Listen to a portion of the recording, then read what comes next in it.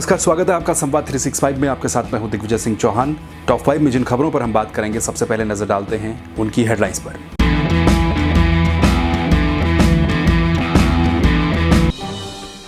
उत्तराखंड में चार धाम देवस्थानम बोर्ड के विरोध में आज से काली पट्टी बांधकर पूजा अर्चना करेंगे पुरोहित। 21 जून से अनिश्चितकालीन प्रदर्शन। उत्तराखंड में बारिश को लेकर अलर्ट जारी। पहाड़ी और मैदानी जिलों में हो सकती है तेज बारिश। नदी नालों से दूर रहने की सलाह। देहरादून के मालदेवता में बारिश के चलते भारी नुकसान। लोगों के घरों, दुकानों और खेतों में भरा सड़क का मलबा। कोरोना की तीसरी लहर के लिए उत्तराखंड शासन की तैयारियां तेज। मुख्य सचिव ने ली अधिकारियों की बैठक, दिए व्यवस्थाओं को चाक चौबंद करने के निर्देश। उत्तराखंड में पिछले 24 घंटों में कोरोना के 388 नए मामले, लेकिन चिंता की बात बना ब्लैक फंगस। अभी तक 56 लोगों की मौत।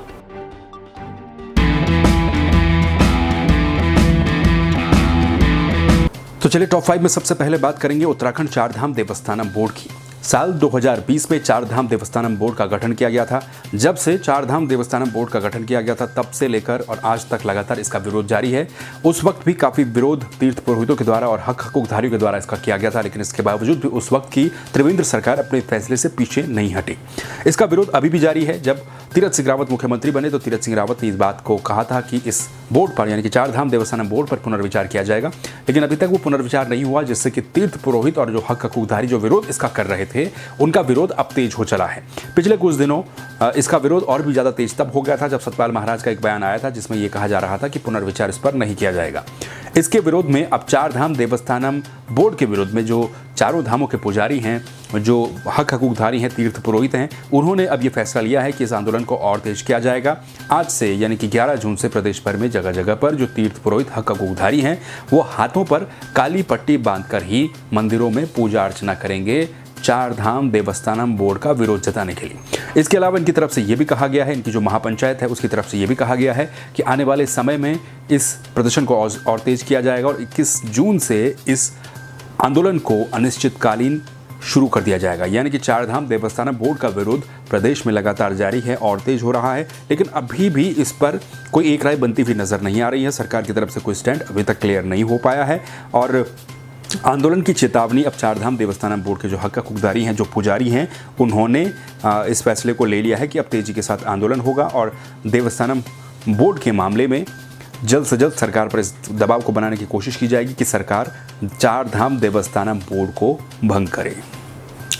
तो चलिए बात उत्तराखंड में मौसम को लेकर। उत्तराखंड में मानसून जल्द ही अपनी दस्तक देने वाला है। मौसम विभाग के मुताबिक करीब 18 से और 20 तारीख के आसपास मानसून उत्तराखंड में अपनी दस्तक देगा। भारत में मानसून पहले ही दक्षिण से उत्तर की ओर बढ़ता हुआ आ रहा है। अब इसी बीच मौसम विभाग ने यह चेतावनी जारी की है कि आने वाले कुछ दिनों तक उत्तराखंड में बारिश हो सकती है, जिसके लिए अलर्ट जारी किया गया है। आपको हम बता दें, मौसम विभाग के मुताबिक उत्तराखंड में बारिश को लेकर रेड अलर्ट जारी कर दिया गया है।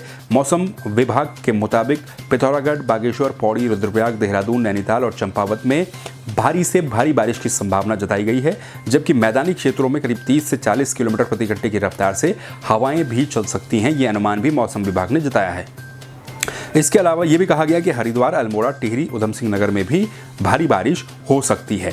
मौसम विभाग ने ये भी सुझाव दिया है, ये भी सलाह दी है कि जो छोटे नदी और नाले हैं, उनके पास रहने वाले लोग सावधान रहें, क्योंकि अगर तेज बारिश कहीं पर होती है या फिर बादल फटने जैसी घटनाएं होती हैं, जिससे कि जल का स्तर जो है वो काफ़ी बढ़ सकता है और उस जलस्तर के बढ़ने से लोगों को दिक्कतें हो सकती हैं, मुसीबतें खड़ी हो सकती हैं। इसलिए नदी नालों से सावधान रहें।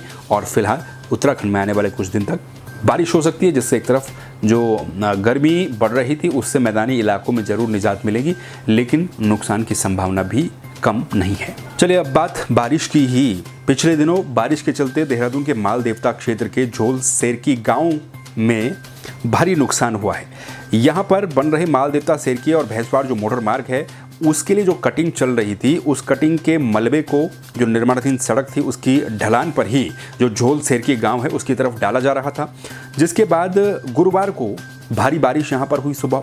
और भारी बारिश के चलते जो ये मलबा था, ये पानी के साथ बह करके नीचे आ गया और यहाँ पर जो देहरादून से टिहरी जाने वाला मार्ग है, वहाँ पर ये मलबा भर गया। इसके अलावा जो गांव है झोल सेरकी गांव, वहाँ के जो लोगों के घर हैं, उनके खेत हैं, उनकी दुकानें हैं, उन दुकानों में, घरों में और खेतों में ये जो सड़क का मलबा था ये भर गया।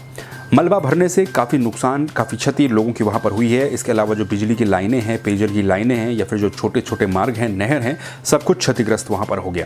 भारी बारिश के चलते और ये मलबा आने के चलते काफ़ी समय तक वहाँ पर अफरा तफरी का माहौल रहा। शासन प्रशासन वहाँ पर पहुँचा, क्षेत्रीय विधायक उमेश शर्मा काऊ भी वहाँ पर पहुँचे, मसूरी विधायक और कैबिनेट मंत्री गणेश जोशी भी वहाँ पर पहुँचे। लेकिन इसी बीच लोगों का विरोध भी उन्हें काफ़ी वहाँ पर झेलना पड़ा। लोगों का कहना ये था कि ये जो कुछ भी हुआ है ये सरकारी तंत्र का फेलियर है, सरकारी सिस्टम की नाकामयाबी है, क्योंकि सड़क कटिंग के बाद जो मलबा यहाँ पर डंप किया जा रहा था वही लोगों की मुसीबत का और मुश्किल का मुख्य कारण बना है।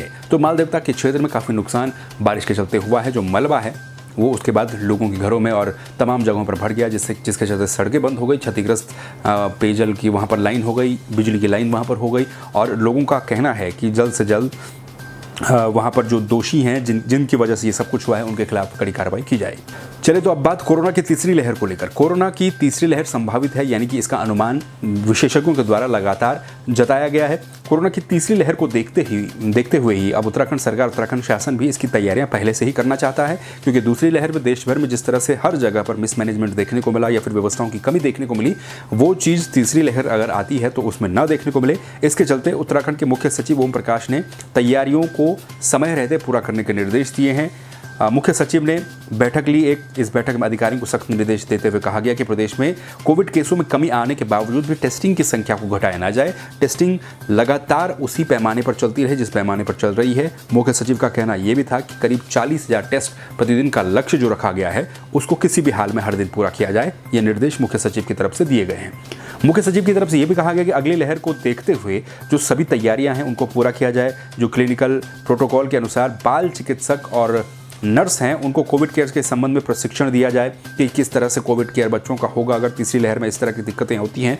उनको प्रशिक्षण दिए जाने के अलावा उन्होंने कहा कि जो हॉस्पिटल्स हैं वहाँ पर बच्चों के लिए ऑक्सीजन मास्क, वहाँ पर मेडिसिन, इस तरह की व्यवस्थाओं को पूरा करने के लिए 30 जून तक प्लान तैयार किया जाए कि किस तरह से आप अगर तीसरी लहर आती है, बच्चों के लिए खतरनाक होती है, तो बच्चों के लिए ऑक्सीजन मास्क या फिर उनके लिए मेडिसिन किस तरह से वहाँ पर प्रोवाइड करवाई जाएंगी, उसका प्लान तैयार किया जाए। मुख्य सचिव ने यह भी कहा कि प्रदेश में ऑक्सीजन की उपलब्धता में काफ़ी सुधार हालांकि हुआ है, लेकिन आने वाले समय में अन्य ऑक्सीजन प्लांट्स भी उत्तराखंड में स्थापित किए जाएंगे। इसके अलावा पर्वतीय क्षेत्रों में जो ट्रांसपोर्टेशन की समस्याएं आती हैं उस समस्या को देखते हुए किस तरह से वहाँ पर व्यवस्थाओं को पूरा किया जाए, तो उस पर भी जो अधिकारी हैं वो ध्यान देंगे। यानी कि तीसरी लहर को देखते हुए मुख्य सचिव ने बैठक ली। इस बैठक में ये निर्देश दिए गए कि तीसरी लहर आने से पहले ही, समय रहते ही तमाम व्यवस्थाओं को पूरा कर लिया जाए, ताकि अगर तीसरी लहर आती है तो किसी तरह का मिसमैनेजमेंट ना हो। चलिए बात कर लेते हैं उत्तराखंड में कोरोना के अपडेट की। पिछले 24 घंटों में भी एक बार फिर से मामले कम हुए हैं। पिछले 24 घंटों में 388 नए मामले दर्ज किए गए हैं, जबकि 15 लोगों की मौत पिछले 24 घंटों में हुई है। ठीक होने वालों की संख्या 3,242 है। इसके साथ ही अब एक्टिव केस की संख्या उत्तराखंड में काफ़ी कम हो चुकी है। 6,641 इस वक्त एक्टिव केस उत्तराखंड में है। रिकवरी परसेंटेज भी 94.27 हो चुका है। और इसी के साथ ही पिछले 24 घंटों में जो 15 लोग मरे हैं, इसके साथ ही मरने वालों की कुल संख्या 6,878 हो चुकी है। ज़िले के हिसाब से भी अगर हम बात करें तो देहरादून में एक बार फिर से 100 से कम केस सामने आए हैं। 94 मामले पिछले 24 घंटों में सामने आए हैं। कोरोना के केस तो कम हो रहे हैं, लेकिन जो बात चिंता बढ़ाती है वो है ब्लैक फंगस। उत्तराखंड में ब्लैक फंगस के अभी तक 356 कुल केस दर्ज किए जा चुके हैं।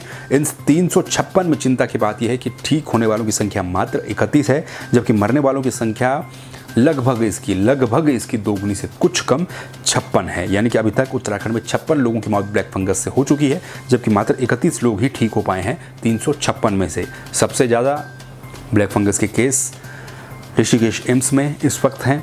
तो ब्लैक फंगस एक तरफ चिंता की बात उत्तराखंड में लगातार बना हुआ है, जबकि कोरोना के केस लगातार कम हुए हैं। ये थी अभी तक की टॉप 5 खबरें। इन खबरों को लेकर आप क्या सोचते हैं, अपनी राय आप कमेंट कर सकते हैं, प्रतिक्रिया अपनी दे सकते हैं। फेसबुक पर देख रहे हैं तो पेज को लाइक कर दीजिए, वीडियो को शेयर कीजिए, दूसरों को भी दिखाइए, और यूट्यूब पर देख रहे हैं तो सब्सक्राइब कर दीजिए, बेल आइकन दबाइए। फिर मिलेंगे नई खबरों के साथ, तब तक के लिए अपना ध्यान रखिए और सुरक्षित रहिए। नमस्कार।